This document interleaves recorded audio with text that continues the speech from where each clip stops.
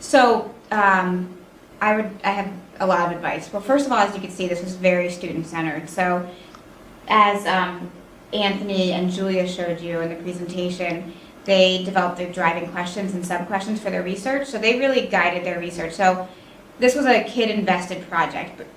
If it was a project that was maybe planned by a teacher, there's a lot of you'd probably go about the same route too. You'd want to know what are your kids interested in, what do they want to know. You would have them do some initial research, and then we always encourage them to reach out to the community.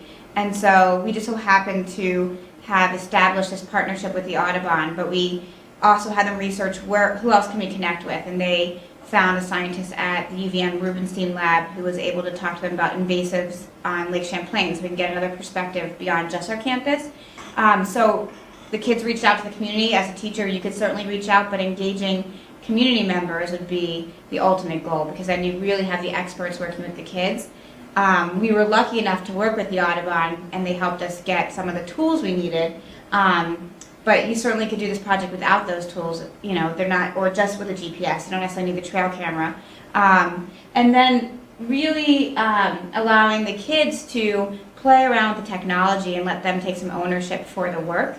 They collected all the data outside. They became really the experts on our campus about how to use a trail camera, how to go and get it, lock it up, bring it back, get the images, download them.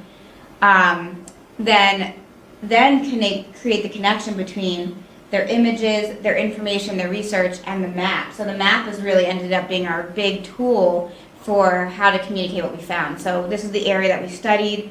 They can show what they did with the GPS, they can show the data they collected, and then they can show their research on their blog. So it kind of all nicely came together.